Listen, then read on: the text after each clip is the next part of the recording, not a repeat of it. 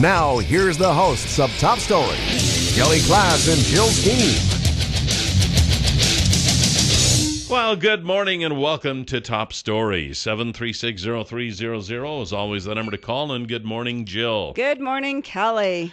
I think I've pushed all the buttons and thrown all the levers and everything. I think we're ready to go. You got the delay on because, you might need it. You might need it with me. Yeah, no kidding. Yeah, I always need it I with wish you. we had a little button that was like, beep, beep, like... Yeah, I know. Well, maybe we'll have to hook one up. Oh, maybe the new person will have to.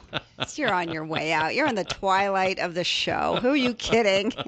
You're like, you don't care anymore. You've reached the point I do too care. You reached the point of, you're like the horse to the barn. How fast can we go? Anyway, good morning. I will miss you. And I hear that all the time. I've run into people all the time. Who's going to replace Kelly? It's like, it's just impossible. It's just impossible. And then fear strikes their eyes that it might just be me. I go, no worries. There will always be another co-host. It's a Fox News affiliate. So anyway.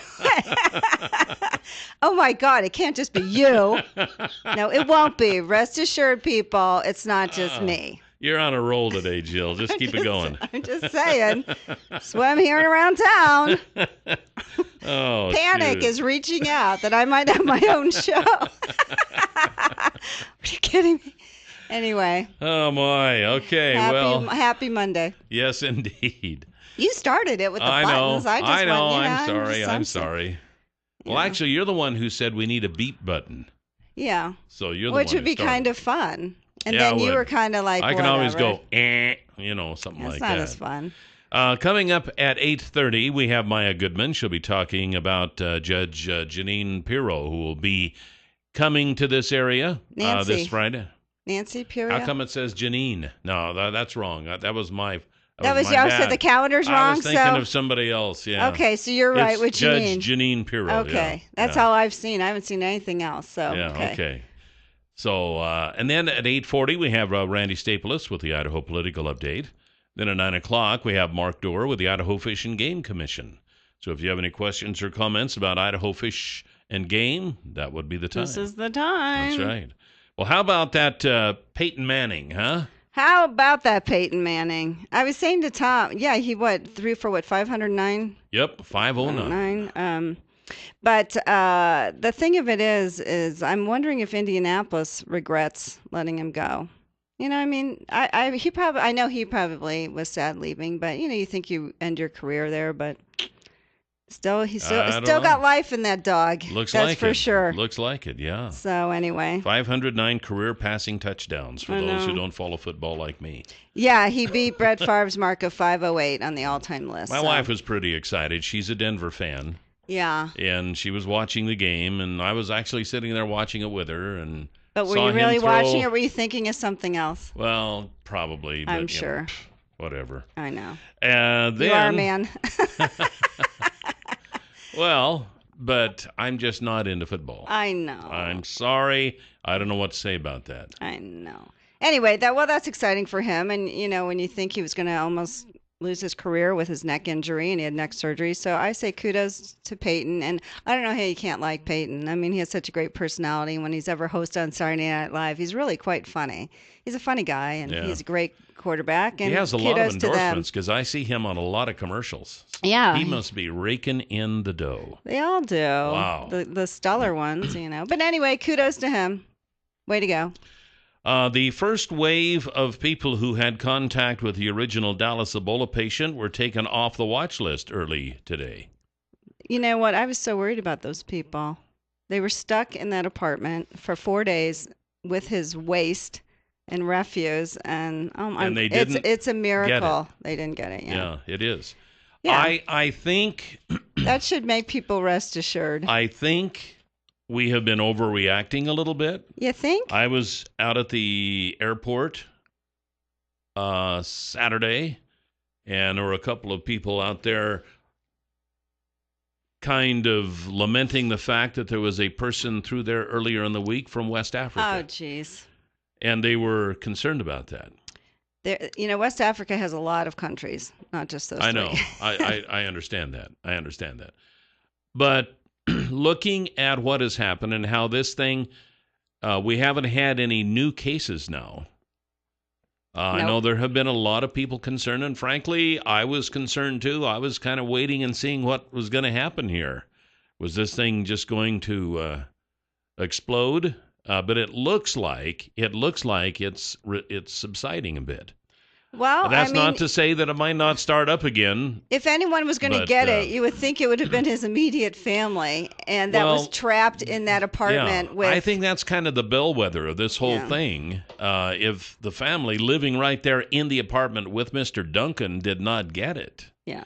I mean, they say it has to be contact with bodily fluids, and I think we have gone to the hysteria part. And for people to say we have to stop the flights into the U.S. from Liberia and those countries, there are no direct flights. They go into the U.S. and they go through other countries. And, people keep insisting there's flights from there directly into the U.S. There aren't. But the lady on the cruise ship, I mean, she was on her 19th day. She handled the sample in a test tube. Yeah. And they couldn't land. I mean, the Carnival cruise, they're trying to stop at different countries. I think they stopped in Belize. They stopped, Mexico. I forget. Yeah, the other kind. They're not letting them off. I mean, she's quarantined on a cruise. You're just like, I think people have gone to the point of hysteria. Now they're going to just, scrub the thing down. Fine. But how mad would you be if you were on that cruise? Well, that's kind of what I was thinking, too. First of all, being on that cruise with her, and secondly, being her on the cruise. Probably what happened is she probably paid for it in advance. Well, of course. And I don't think you can get your money back. Maybe if you called up and said, I might have been exposed to Ebola. Would you like to give me my money back, please? Or shall I just come on anyway? It's your call. Yeah, go ahead. Tell me. Up to you. But I think the CDC contacted Carnival Cruise Lines. That's nice. But, I mean, she wasn't symptomatic. She was on her 18th day. They say if you're on your 21 days. And so, but yeah, the cruise ship, they really can stop many places. Yeah. So first of all, she spent that money and then had to spend the whole time in the cabin. Secondly, the people who were on that cruise ship with her spent the money. Had diversions. And and then they couldn't stop at probably some of the places they were going to stop. They wouldn't let people it'll be interesting off. to see how Carnival Cruise handles that. Well, they've had to practice with this, with things and urine running down the walls. Well, I mean, they have some practice at this. But it'll be interesting to see if they offer any kind of a rebate to the How mad would you be as other passengers? Anyway, 736-0300. Top story. You're on the air. Good morning. Good morning, Kelly and Jill. Kyle, where have you been? We haven't heard from you in a while. Harvest. 14-hour days, 6 days a week, how they. Oh, man, that's nothing, man. What do you do with all your free time? You must still listen. Anyway, Jill, I hope they find somebody opposite you that will call you on stuff, but yet do it tactfully and nicely, because you are a good person. Well, thanks, Kyle. I appreciate that. As far as the Ebola thing and people being maybe overboard, I love the old saying my mom used to have. It's called better safe than sorry. Well, better safe than sorry. It's fine, but I think it's gone a little cuckoo. I think. Whoa. Whoop. Okay. I think we were safe at the beginning, or at least trying to be. I know there were some dropped balls there early on. Yeah. And I think that might be kind of what caused the issue that we had. Had those balls not been dropped, then we might not even have had this big of an issue with it. Well, no. I mean, they would have contained it. My state of mind was, well, I'm going to watch this and see what happens. Yeah. And CDC didn't seem to know what they were doing. The Presbyterian Hospital, I don't know. They didn't seem to. Nobody really everybody was kind of going on their own. And even with all of the mistakes that were made, we still don't have any new cases of it right now. Well, if you were going to have some new cases, it would have been his immediate family. I mean, I am Exactly. sorry. They were stuck in Exactly. that apartment for 4 days with his refuse and stuff, and then they moved him out. But if you were going to have cases, I was so worried for them. I think there were 5 kids involved. It's like, oh my Yeah. goodness. Yeah. Well, I can't even imagine being quarantined for 21 days stuck in somewhere. Oh, Could I you? know. No, I No can't. fresh I can't air. I don't imagine even know that. how you would eat. I mean, who's delivering food? How can you go to the grocery store? How do you pay your bills? How do you cash your check? Online. What if it's not direct deposit? What if it's your mail? I mean, I there's don't know. so much I think about.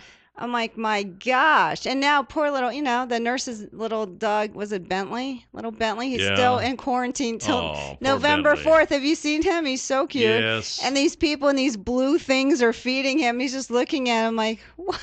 And where's my mommy? Like, they don't even know if an animal can get Ebola. Yeah. So poor, I think it's gone a little overboard, and I'm just relieved the immediate family Well, didn't get it.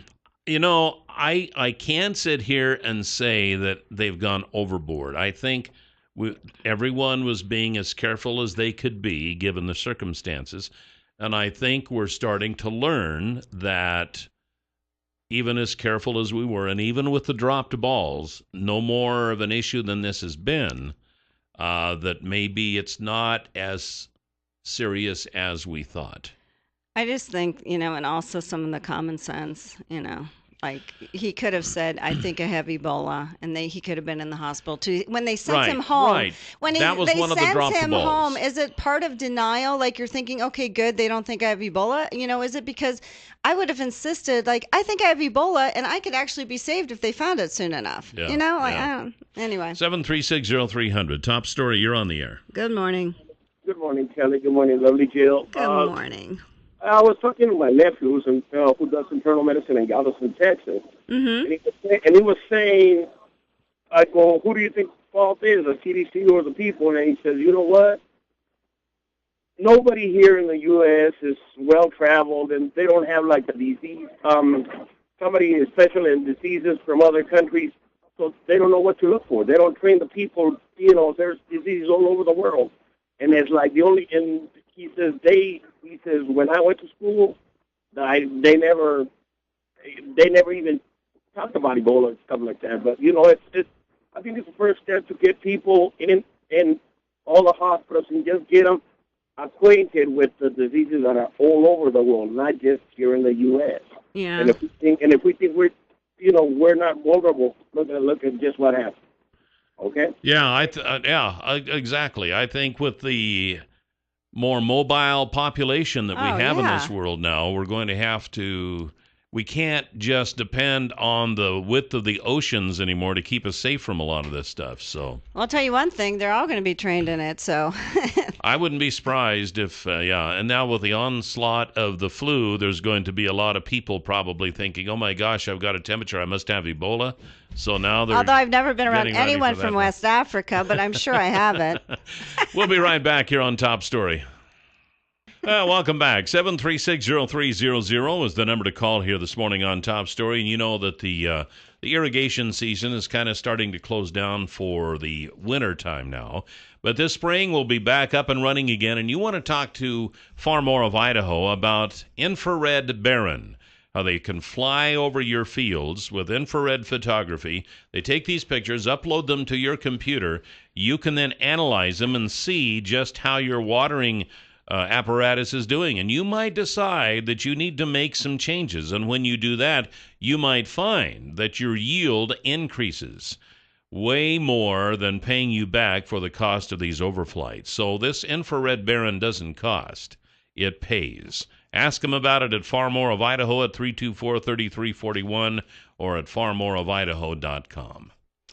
Well, just when you thought the Filer dog shooting has gone away, it's you know what? I'm amazed. They still haven't settled with this man. And for anyone who was under a rock at that time, Rick Clubb, his dog Hooch, was shot to death by Filer police officer Tariq Hassani in February. He was I still can't believe it. Seriously, I can't believe it. Anyway, the guy. Well, they had 90 days. They filed apparently a tort claim, and so the city had 90 days to respond, and that was up in October. I still can't believe that the guy shot the dog. So anyway, Oh, okay. shot the dog while they were having a birthday party for his son inside the house, and basically pounded on the door. I think cursed at the man and said, "I had to shoot your dog." And so they haven't settled with him yet, which I think they probably should. They had 90 days, so what's happened at that point, I don't know. Club is seeking $150,000 in damages plus court costs. It's probably going to go to a jury trial. I wouldn't be surprised. I'm not an attorney. I don't know. I would think $150,000 is a bargain at this point, because if it went to a jury trial, I don't know. Look at it this way, because they were all hot and heavy. They were going to get all these signatures, and they were going to get the city council they're recalled, going to recall and they were the going to mayor get and the city called, and that thing fell flat. So maybe the city officials in FIDA are looking at this thing, thinking maybe there aren't as many people against us on this deal as we thought, and maybe they're thinking it would be better to go to a jury. Why did it fall flat? Did they just not knock on enough doors? I mean, I would have been on every single door. I think it was outrageous. I think it was outrageous that they kept the officer on the payroll, since almost the entire community said they lost faith in him. They've had stories of being terrorized by him. I was just like, and if he does something else again, are you kidding me? The city of Filer wouldn't be liable to how much? My gosh, knowing that this man has had a few incidences, like, why not just settle with the officer, let him go? But anyway, this has come up again, and I think if it went to a jury trial, if I was on that jury, oh my. Sure, I know. And seeing the video and the dog. And that's always, and believe me, I don't know if this can go to a jury trial. I don't know. I'm not an attorney, so I don't know what the ramifications are, how they do this or that or the other thing. But I'm just saying that if they waited they probably waited the 90 days because they had that time to come up with some sort of a settlement, and they didn't do it. So now they can file suit. Mm-hmm. And then it can go to either a judge or a jury, I suppose. And so maybe they're thinking that their chances are better if they go that way. And you know what? Quite frankly, they might be. Well, also, they did a public information request, and the Filer Police Chief Tim Reeves apparently refused to turn over any public information that was named in the lawsuit. They asked for the video along with 9 other related items, and they didn't turn anything over. So I'm thinking, why would Filer do something to make this right? Why are you keep hiding? It's so frustrating to me that if you have public information, you're public officials and you're paid by the taxpayers, turn stuff over. And this man was definitely harmed. If someone shot my dog, and I saw that video, and I know dogs, and I am sorry. I know the officer was cleared for any wrongdoing, but they still said he could have done other things not to shoot that dog. I don't know. Just pay the guy, get it over with, settle with the man, let him move on with his life. He's now back on medication. He's lost his, because they did say for him it was a service dog. It helped him. Yeah, I don't know. I can't say that I disagree with you. I'm just bringing out the points that looking at it from the city's point of view, they might think that maybe they've got a better chance of surviving this than they thought. Do they have a PR person in Filer? Like, could someone actually, you know what I mean? It's like Larry Craig. Just pay the money and go on. Move on. Don't fight it. It gets more press, which reminds me, it brings me up to a thing that's being fought right now. It's going to be fought at 9 o'clock in Boise. Dr. Edith Santo had, requested information about that threatening email that she received. Right. And the person sent it was impersonating former Jerry Beck, which CSI is not looking into, and is basically fighting, along with Barnes & Noble, to produce that information. Why? I don't know. Why? I don't know. You have enough bad publicity. Why are you fighting something? Why would you not want to get to the bottom of this? Why would you not? If someone was threatening your employee, and she was an employee at the time, no less a vice president, no less impersonating your former president, you're fighting the information to see who did that? Why? Unless they know who did it and it's close to home. I'll tell you what it appears to me, and I'm just going to use 4 words: good old boys club. Yeah. That's all I can think of. 736-0300 is the number to call. We will be right back. 7360300 is the number to call here this morning on Top Story. Welcome back. Before we get to Maya Goodman telling us about an event coming up with Judge Jeanine Pirro from Fox News, I just wanted to tell you that the folks at Canyon Pond would love for you to stop by today and take a look and see what they got. Of course, all kinds of guns, and it's a nice, clean store. It's a new store.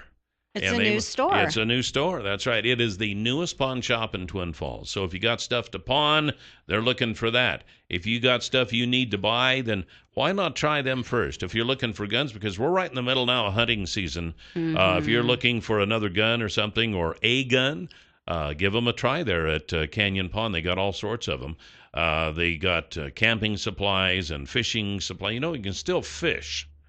And they got fishing poles in there. You can still fit, and we've had amazing weather. So if you're like me and not a very good fisherman, you might want to consider an experienced fishing pole from Canyon Pond instead of a brand new one at one of those box stores. It's all about the pole. That's right. You can get an experienced fishing pole at Canyon Pond, and they are on Shoshone Street, right across from Will's Toyota. That's right. And they'd love to have you come in and say hi.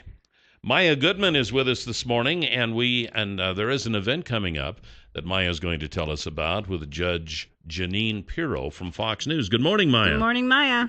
Good morning. Hi, Kelly. Hi, Jill. Hello. How are you doing? I'm good. A little frazzled, but good. Don't be frazzled. Nobody listens anyway. So what's going on? How did you get Judge Jeanine Pirro?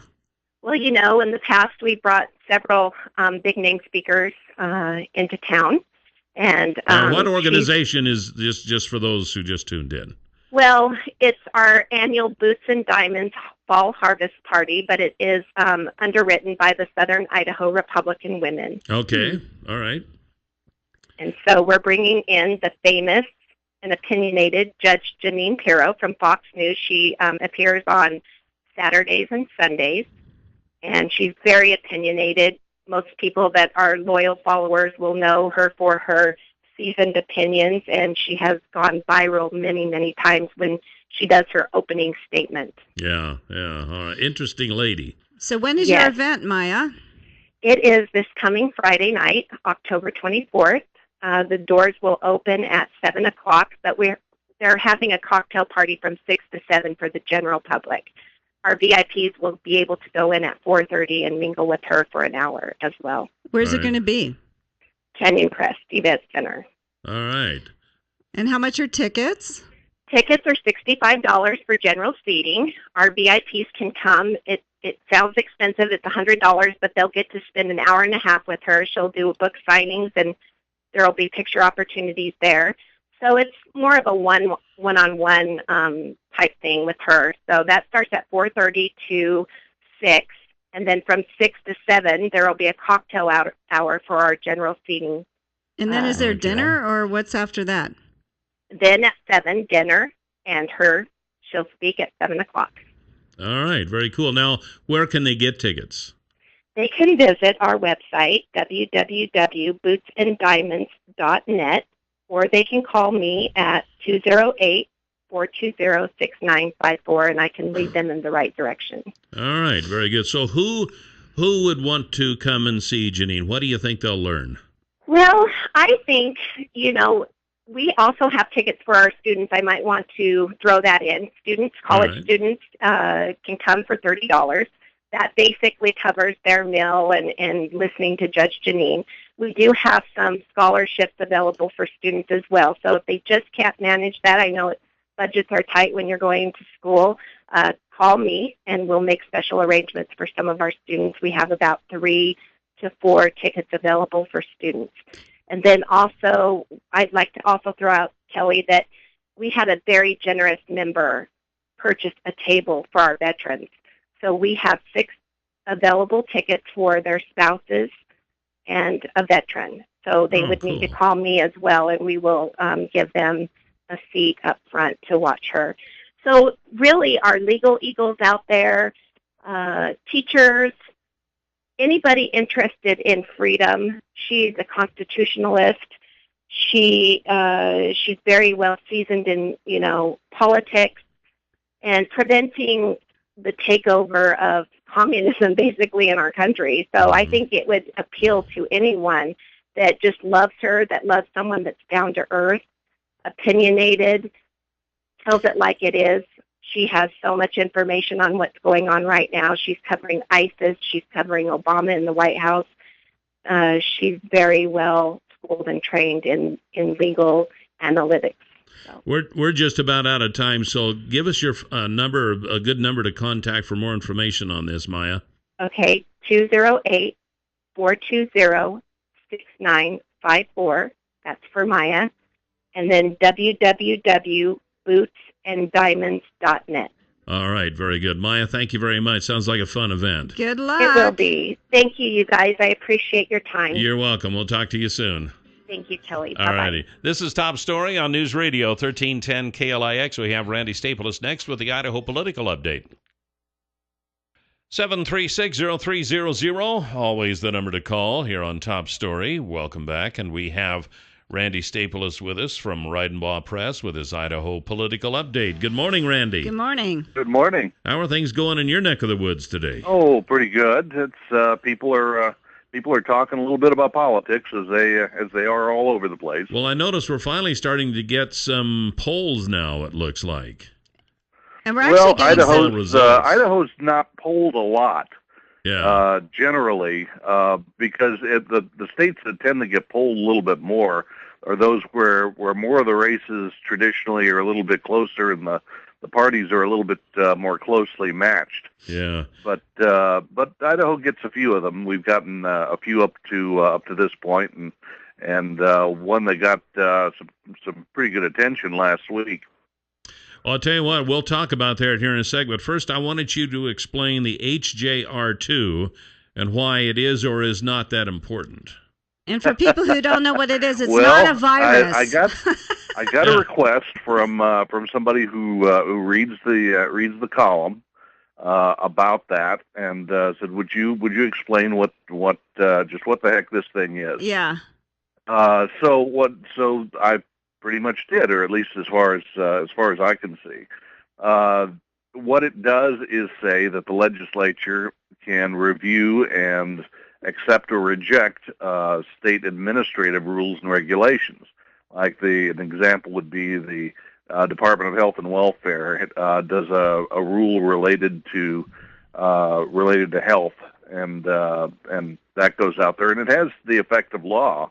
It's significant, but a lot of people don't really know about it that much. People who hunt and fish know about the Fish and Game rules, for example. There's there are whole booklets of those, and those are not in state law. That's what the department does within the context of the state law as part of what it does. So why do we need this? I mean, why I'm now? sorry. Why do they want this constitutional change now? I mean, they said they've been doing this for years, and I just had to wonder why now, and it made me question, like, something has to be up. Honestly, I voted Friday and I voted against it because I'm like, what's up with this? Because it didn't make sense in the ballot. It's not a good explanation. What is the benefit of this? There's not really much of an explanation, because you're exactly right. They have been doing it for years. I mean, in the years that we've been talking about the legislature during legislative season, the first 3 or 4 weeks of the session, you've heard me say every year for years now that, they're spending a lot of time going over the rules and regulations. Yeah. And generally they do very little with them. In a typical session, maybe 1 or 2 is thrown out and maybe something's amended, but there's generally very little that's actually done with them. But they've been doing the same thing that they say they want authority for years, for as long as I've been following them, since the mid-'70s, and probably a lot longer than that. So why do you think the need is to have a constitutional change on this? Well, I don't think they do need it. I know. Okay. There have been a couple of challenges to the courts, but the courts have upheld the legislature. So it's not as though this is something that they want to do and haven't been able to. This is something that they've already been doing for a very long time, and there's been no successful challenge to it. And I think the sponsor of it, was quoted as saying this is the most important bill that we could, in his lifetime. And I'm thinking, what? Yeah. What's that all about? And my thought of that is that if that's the most important bill that he's been involved with, then I wouldn't say a whole lot about his legislative career. I know. So whether we vote for it or against it, it almost so what? Let's say we voted against it. Does that mean what they've been doing can't be done then? No, Okay. no, it doesn't. That would not change anything. We would be exactly where we are, which is they continue to do it. I've heard a couple of arguments on why they want to do it. One is a little bit. It's maybe a little bit concerning in that the idea that they're trying to reach ever further into executive branch prerogatives, and trying to run the executive branches more thoroughly. That they have the interest of doing even more in this area than they already have been.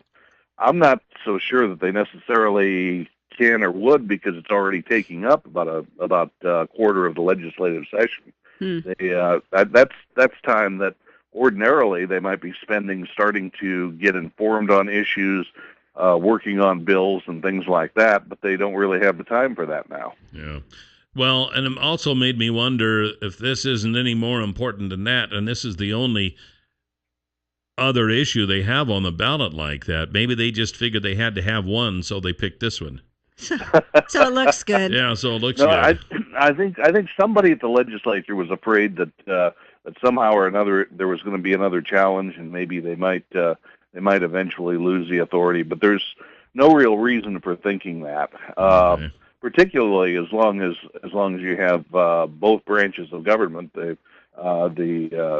executive and the legislative, both under Republican control. Yeah. And it was kind of interesting that where the really intensive review of the rules, where they started spending weeks just focusing on that, where that started was when Phil Batt became governor, and you had that kind of unified control. Interesting stuff. Alrighty, Let's get on to the public opinion polls. Let's start with Otter versus Belukov. There is not. Let me put it this way: if I were Otter, I would be a little concerned. Well, there was a poll that came out last week, and that's the most recent one. So, you always look at the most recent poll as opposed to older ones. Right. And that one showed Otter at 39% and Balakov at 35%. And the first thing that hits me about that is not so much the close numbers there, is the fact that leaves a whole lot of other voters unaccounted for. Mm-hmm. And this poll seems to indicate that some of the other candidates, maybe John Bujak for one, the Libertarian, might score a large number, but in fact, the polling almost always overestimates, and this is true nationally, polling almost always overestimates what minor or third-party candidates will wind up getting actually in November. Almost all the voters wind up, in the end, voting for either a Republican or a Democrat. Well, they have 6 people on the ballot under governor, isn't it? There was how many? It's a pretty 1, 2, 3, substantial 4, number. 5. Yeah, that's 6. And so when I see 39 and 35%, that leaves that's just 74%. That leaves about more than a quarter of the voters presumably unaccounted for. Mm-hmm. So that seems kind of high to me. And earlier polls that showed Otter with a larger lead showed somewhat smaller, kind of unaccounted for numbers. Well, don't you think they are worried, since the RGA just donated $100,000 to his campaign this late in the season? They have to be worried, and it is getting some national play. I've heard people talk like they're surprised that it's as close as it is for Idaho. So I'm wondering if they really are worried. There is that. That's one thing that's good to watch in terms of what sort of the experts really think, as where are they putting their money? Yeah. And when you look at the Republican or the Democratic national organizations deciding that they're putting money into a given race, right. Whatever they may say about the race, and of course they're always going to say whatever they think will be advantageous to them.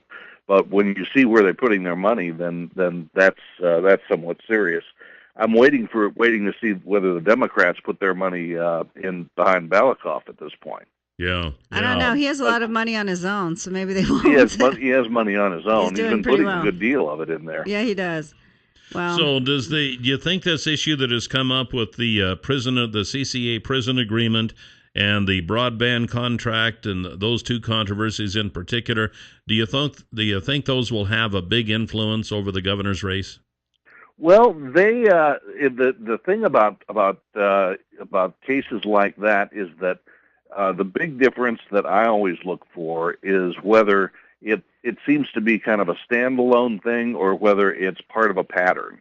If it's part of a pattern and it becomes a story of this is somebody who's just prone to problems like this, then I think voters start to take it a little bit more seriously. If you've got a pattern of these things, as opposed to kind of a one-off glitch that might be explained as, well, everybody can make a mistake. But remember when it first came up, Otter wasn't going to even look into it when they found out they were overcharging, and you have to wonder why. And then when I saw how much they donated to his campaign, I'm thinking maybe that's why. Yeah, it was over a year before the investigation actually happened. Right. So, so that's, I think that, first of all, they are serious things. They are clearly serious, criticisms and problems, and there's something that can't be shrugged off as just being minor. And there are getting to be enough of them when you look at all of these things put together that they become a little bit harder for Otter to just shrug off. Mm-hmm. And I suspect that when if he wins, which I imagine that he probably will, that his percentage will not be all that spectacular. And it wasn't the last couple of times either. Yeah. Simply because people do have some real questions about him. Hmm. Interesting. Now, I thought it was also interesting to see what Penny Isursa had to say about Lawrence Denny, who's running for Secretary of State. Do you think that's going to hurt Lawrence Denny? Well, it could among people who know some of the background there. Penny Isursa, I guess maybe is the wife of Ben Isursa. Right. They very well regarded incumbent Secretary of State. Let me give you a little bit of background there. Ben Isursa has been around the Secretary of State's office since the early 70s, and he's been chief deputy. He was chief deputy there long before he was Secretary of State, and on a day-to-day basis running the office for a very long time. Penny, his wife, has been there just about as long, and she has been. She's worked in the election. She worked in the elections office. She retired finally about the time that he was elected Secretary of State.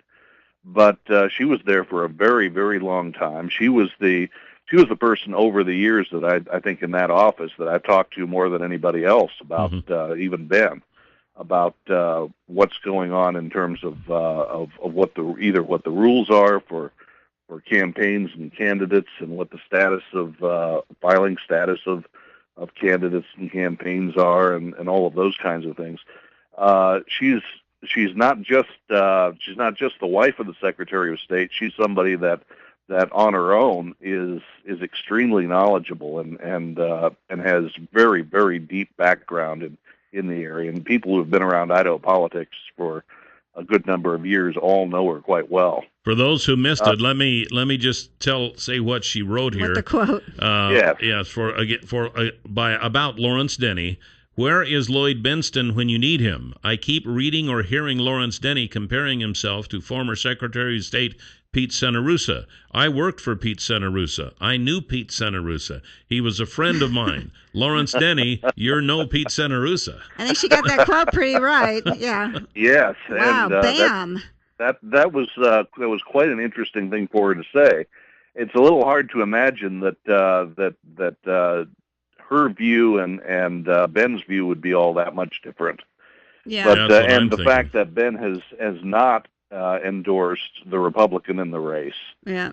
He hasn't endorsed either candidate, but the fact that he has not endorsed the Republican in the race, I think, says quite a bit by itself. Yeah. But I'd keep a lookout and see whether this might be a precursor to Venusursa saying something a little bit in addition to what he's said up to this point. Yeah. Well, Randy, we are out of time. Certainly always fun to talk to you, and we'll catch you next Monday. We'll talk to you then. Thank you very much. Randy Staples from Reidenbaugh Press. You can get his subscribe to his update at reidenbaugh.com, and you can hear him here weekly. This time, this station on News Radio 1310 KLIX. And we'll be back after the news. We have Mark Doerr from the Idaho Fish and Game coming in. And welcome back to Top Story, 736-0300. Always the number to call on this Monday. Welcome back, Jill. Thanks, Cal. Same to you. It's only 46 right now. Wow. I think it was like 53 when I came to work at 5 o'clock this morning. Are we supposed to get a cold front in? I think so, yeah. Supposed you don't to have cool news off. anymore, though, do you? I don't. But Benito told me that it's supposed to get up to like 58 tomorrow and a chance of rain. Oh, no. I hope it's going to be nice Saturday because I'm doing the farmer's market. It's the last one of the year. Oh, well. Please let it be nice. It seems like whenever you sign up for that, Don't that's say when it. the bad Don't weather say hits. it. Don't say it. Don't put the bad kibosh on it. Maybe you should consider, Yeah, nice. Anyway. We have Mark Doerr with us with Idaho Fish and Game Commission. Good morning, Mark. Good morning. Good morning. Nice to be back again. Yeah, nice to have you here. So you've been on the board now for what, a year? Just a little over a year. How's it going? Good. Steep learning curve in the first year, as always with any new endeavor. Mm-hmm. Yeah. What's the most surprising thing about it? I suppose the overall politics of it, just the number of people involved. It's not just the Fish and Game Department. Stop. I'm shocked. Go figure, right? I'm shocked. Politics? Are you kidding me? I know. I was involved with the animal shelter a few years ago when we were working on getting it expanded, and I'll tell you what, it's amazing the things that people bring up. Well, Lots of interested persons and groups. That's right. Dogs are Republicans and cats are Democrats. You did know that, didn't you, Kelly? This is how it works. That explains. Oh, never mind. I won't even go there. All right. Well, so we there's a lot to consider on Fish and Game, and Jill asked you probably what's the most important thing that you're working with right now, and you mentioned probably the sage grouse issue. Probably not the dominant issue at the meetings right now, but coming down the road in the spring of 2015, it'll certainly be a dominant issue. What is the dominant issue? There's ongoing a variety of issues. I wouldn't say any one of them right now is dominant necessarily. So what issues are there? You want to tell us what you guys are dealing with? Well, it's everything from season setting, which is, I suppose, the more routine business of the commission. We deal with budgetary issues. Wolves are always an ongoing discussion. Lawsuits that may come about, the sage grouse issue. What do you think is going to happen with the sage grouse issue? I know we're fighting to keep it from being listed, but do you think we're going to be successful? Hard to say at this point. I think it could go either way, but I think with Sally Jewell's visit recently, I think that probably gave her a better idea and understanding of all of the players that are involved in that decision, that it's not just simply about the bird. Ultimately it is, but there's a lot of other issues to consider as we go down that road. Yeah, I know there's been huge impact here in the last few years just with wildfires taking out the habitat. That seems to be the biggest issue with the birds, where the habitat is good. We still have good numbers of birds, but you need only look at the agricultural land from Boise to Idaho Falls. There's a large swath of habitat that disappeared many years ago. Are they also dealing with grazing issues in relation to the sage grouse? They are. That's certainly one of the discussions. It's part of the governor's task force. One of the items on the list. It's not the only item. There's a variety of issues. I think the last list I saw had 12 different items on it that are all part of the plan to address the sage grouse issue. I know my theory has been, and I know this is true with a lot of people who I've talked to, if it seems like since we've been cutting back on grazing and more trash, if you want to call it that, has been growing up and not being eliminated from the public lands, that then when that does catch fire, it's a lot worse than it would be if we were able to graze it off. Is that a valid argument? Well, I think it's one of the arguments. Certainly the other side of the issue is we had far more sheep and cattle on the desert sage grouse areas 100 years ago than we do today, and the sage grouse were flourishing. So I think it's not so much a question of the science, but figuring out what the correct science is to address the issue. Yeah. And what kind of a timetable are we looking here? A year or two before they decide it? Isn't it 2015 when there's supposed to be a decision made on this? Yep, spring of 2015. Okay, so that's not far away. It's coming at us quickly. So just decide if they're going to be on the endangered species list or Correct. not. So if they are, how would that affect farmers, Idaho? What would be the effect of that on Idaho?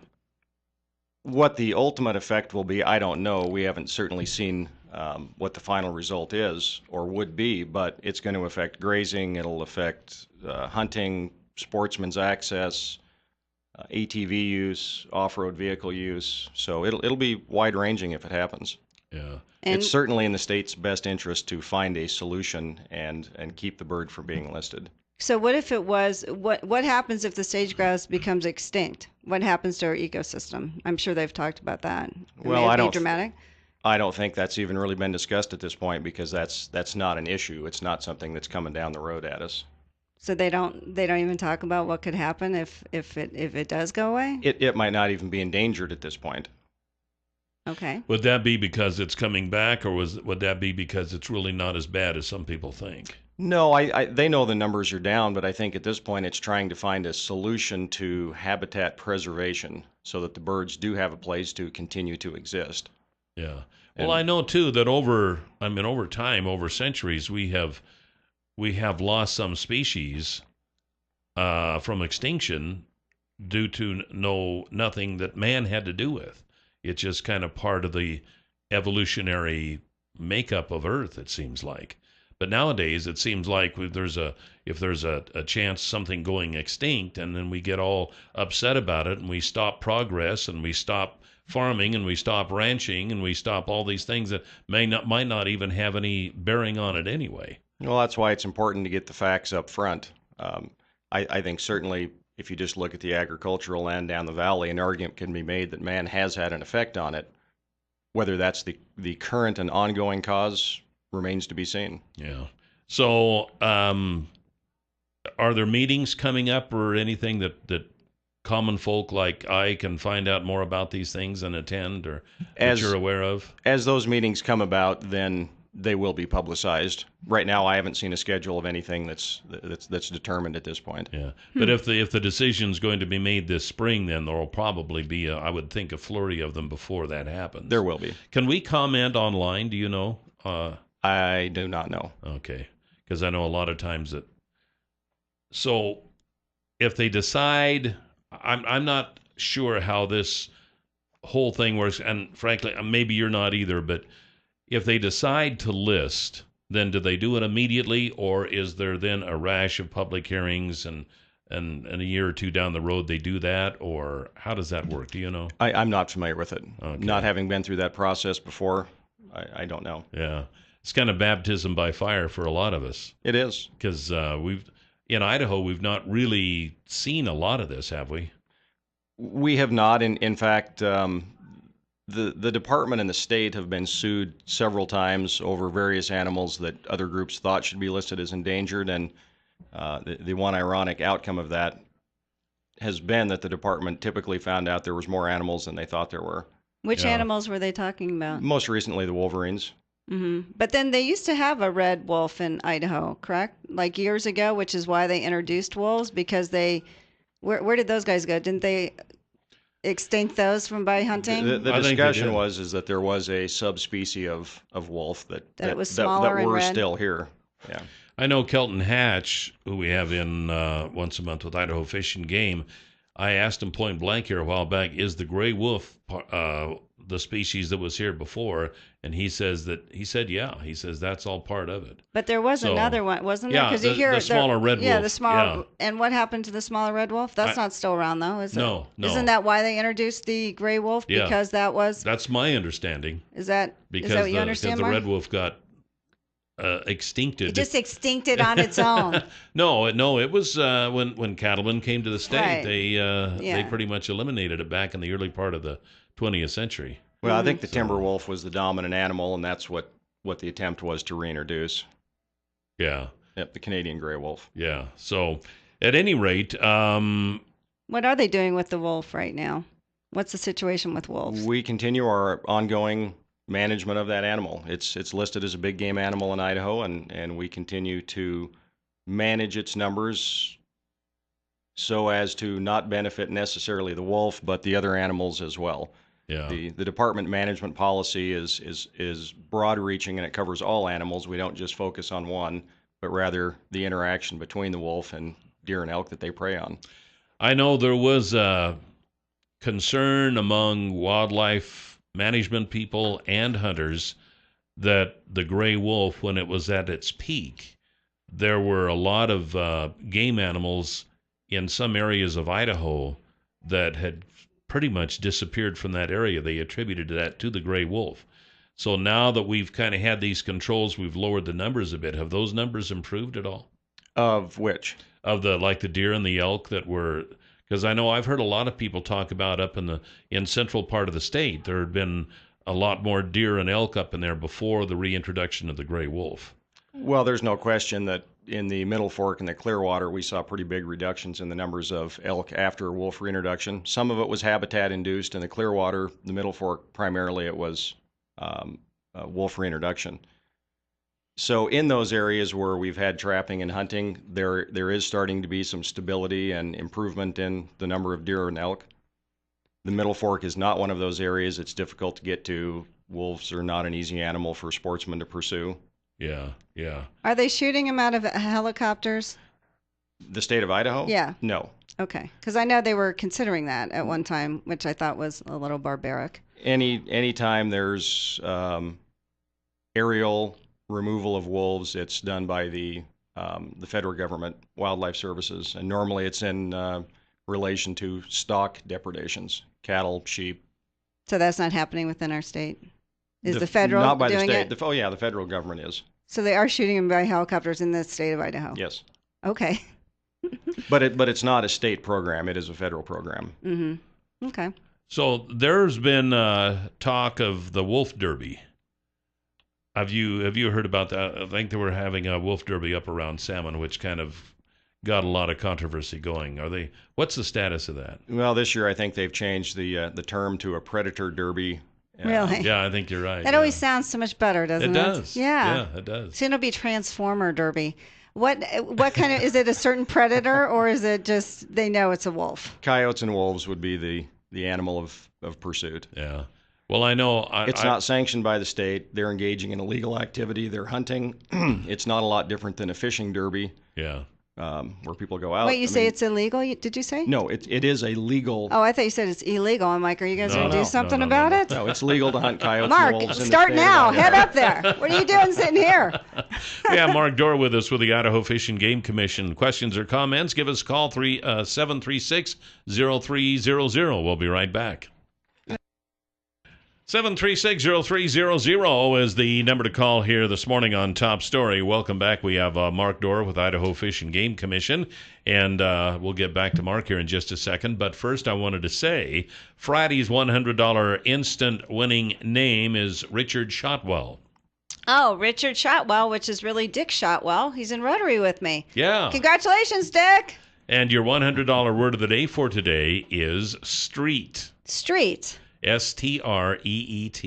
Mm-hmm. So you go to our website, newsradio1310.com, click on Word of the Day, type in street, and then listen tomorrow. And if you hear your name tomorrow and you played the word today, then you win $100. So Dick would have had to have listened Friday on Friday's Word of the Day.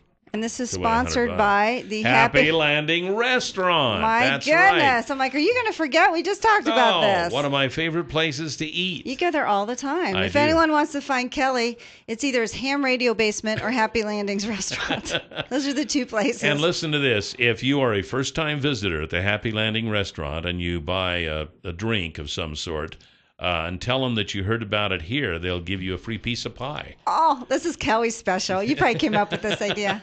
Kelly's like, No, I didn't, love but pie. I kind of wish I had. I love pie. Anyway, go out there, So, say hi. That's right. The Happy Landing Restaurant at the Twin Falls Airport. You don't have to be flying anywhere in order to eat there. Exactly. You just go out there and eat like I do all the time. All right, Mark Doerr is with us from the Idaho Fish and Game Commission, and we got a caller. Top story. You are on the air. Good morning. Good morning. Good morning, everyone.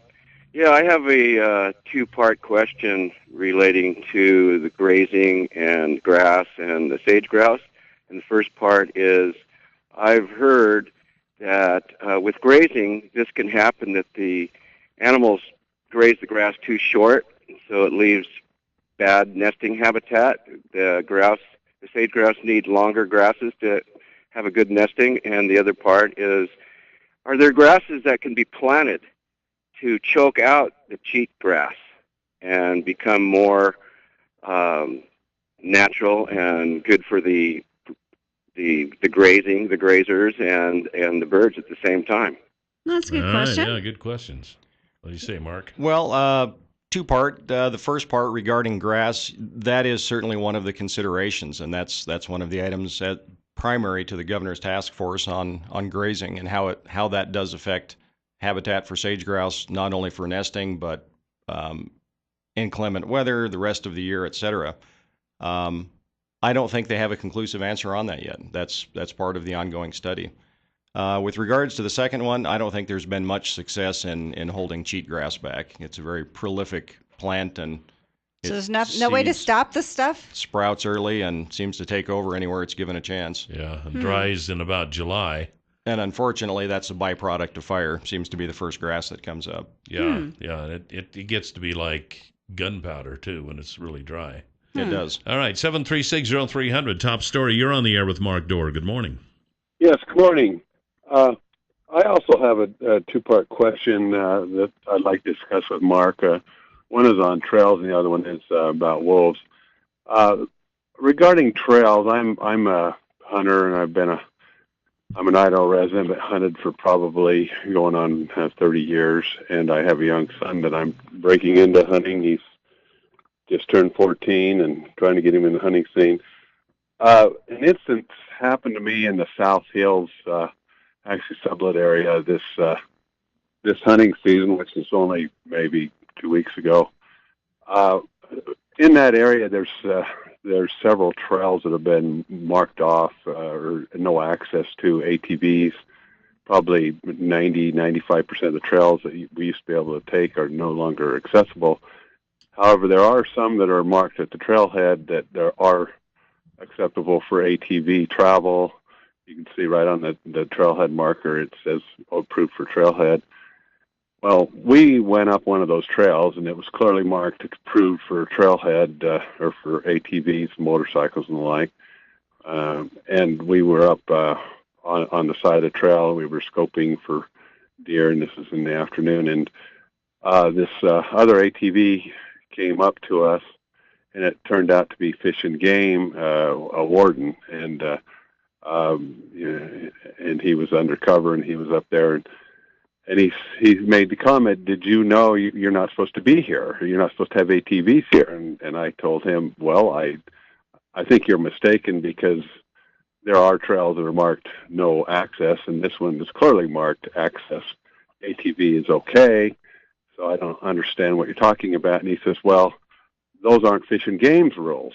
And I said, "What are you talking about? Aren't Fish and Game's?" I said, "I know that there's been a lot of controversy over these trails, and several of them marked no access or no ATV travel. This one clearly is." And he says, "Well, that's not Fish and Game rules, that's federal government rules." And I said, "What do you mean by that?" And he says, "Well, if you were up here not hunting, you could be on your ATV, but since you're hunting, you can't be on your ATV." So I said, "What do you mean? We're supposed to walk up here on this clearly marked ATV trail?" And he says, "Yes." Okay, so what's your question real quick, because we're running out of time. Yeah. Oh, sorry about that. Well, my question is, is that true? I mean, I was totally dumbfounded that Fish and Game has its own set of rules, that even though a trail is marked accessible or okay, that in Fish and Game's rules, that's not. All right. When we come back from the break, we'll have Mark address that here on Top Story 7360300. We'll be right back. 7360300 is the number to call here this morning on Top Story. Welcome back. We have Mark Doerr with the Idaho Fish and Game Commission, and we got another caller or two, but we'll have you address the last question that we had before we move on. But before we do that, I have to tell you about the folks at Clearwater Power Equipment. They now have a store in Twin Falls, and of course, this is chainsaw and leaf blower time of the year now. Well, of course, Halloween's around the corner. How could it not be? Yeah, well, yeah, especially with those chainsaws. Yeah, but you can also use them for other things, too. Yeah, like cutting firewood and Besides trimming up chasing trees people, and stuff like that. So if you're looking for a chainsaw, the Echo chainsaw, the Echo leaf blowers, they have the best warranty in the business with a 5-year residential, 2-year commercial warranty. And if you're looking for a place that knows these things inside and out, then you want the folks at Clearwater Power Equipment. They're at 252 Washington Street. The number is 734-7767, and they would certainly like you to come by. And if you have a big old lawnmower that you don't know where you're going to store it, they can do that for you too. So ask them about that. Clearwater Power Equipment, 252 Washington Street. Okay, Mark, so we had the previous caller who said that the trailhead clearly said that ATVs were fine, so they get back up in there, and then Fish and Game comes and says, no, they can't be here because you're hunting, and so now you can't use the ATV. So any idea what that might be about? Well, without having an opportunity to look at the signs at the trailhead, that's a difficult one to make an assessment on. Certainly the BLM has the right to open and close trails, and the Fish and Game does in certain areas provide input for areas that they want foot traffic access as opposed to motorized, but they clearly mark those trails, so I'm not sure what happened in that circumstance. Yeah, I suppose it's possible someone could have stolen a sign or something. Could have been. Do hunters have to walk in as opposed to ride in with their ATVs? Is that in the some areas. law? Okay. Yeah, in some areas.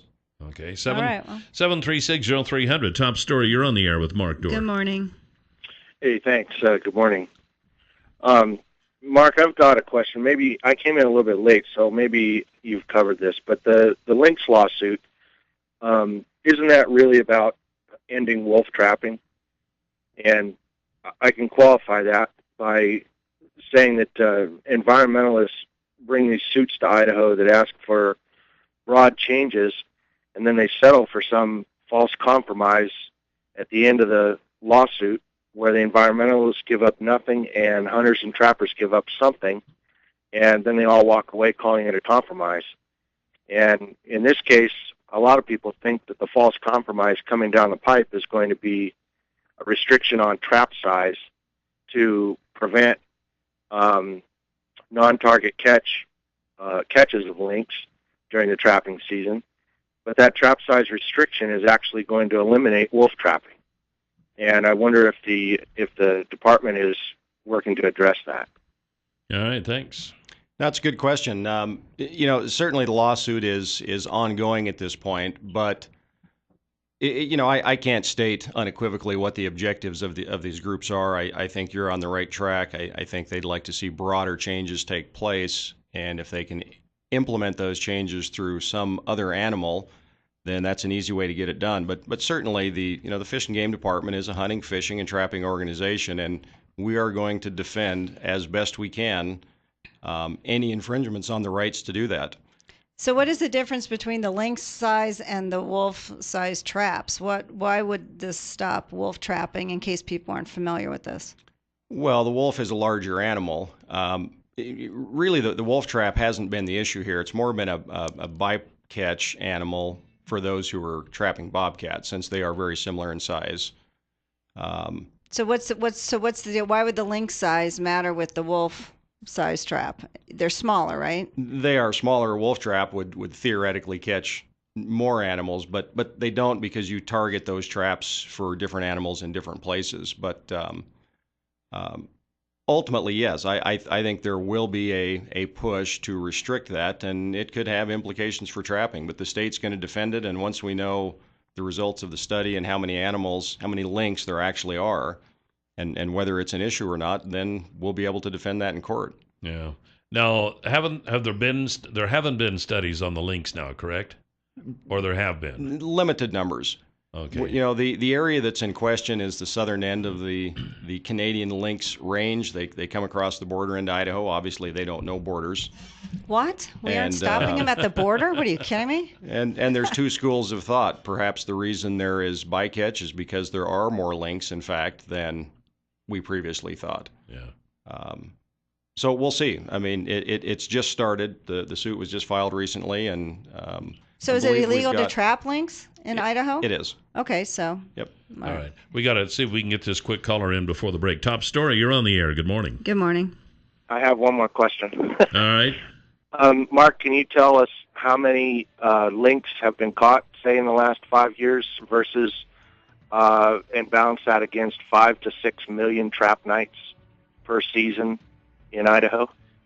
Yeah, it's an extremely low number. My recollection is it's been 3 animals, 2 of which were released unharmed, and the other that the trapper mistook it for a bobcat and did in fact kill it.